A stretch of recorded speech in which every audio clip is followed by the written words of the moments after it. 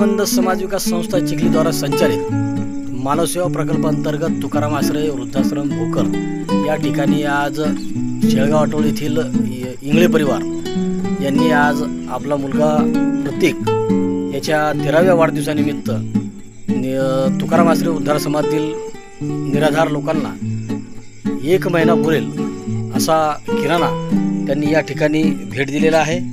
त्यांचं या कामाबद्दल एक सामाजिक उपक्रम केल्याबद्दल त्यांचं मनस्वी आभार आणि त्यांना धन्यवाद।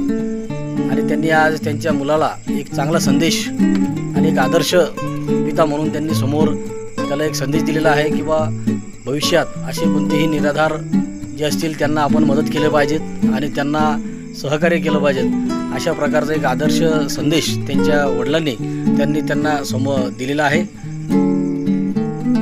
त्यामुळं या इंगळे परिवाराचं खरंच एक अभिमानास्पद बाब, त्याबद्दल त्यांचा मनस्वी आभार आणि धन्यवाद।